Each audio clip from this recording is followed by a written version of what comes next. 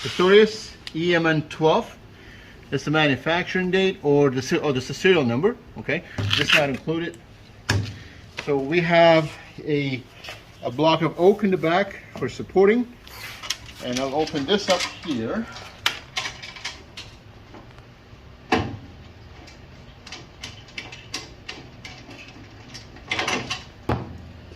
All right, so we got two twin saw blades in here right now.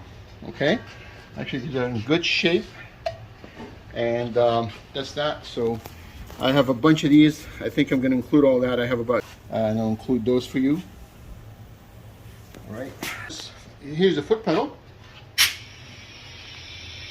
All right, this comes down and goes back up, and then. All right, so here's the gauge. The gauge goes all the way to 93, I think.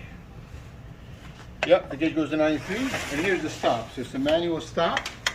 You set up your molding here. I'm going to put one here. Set up your molding, stop it. Oh, the opposite here. Oh, this is cut reverse. But you know, you set it up here, you tighten this. And there you go. That's ready to go. And you can pause. I'm going to do a cut.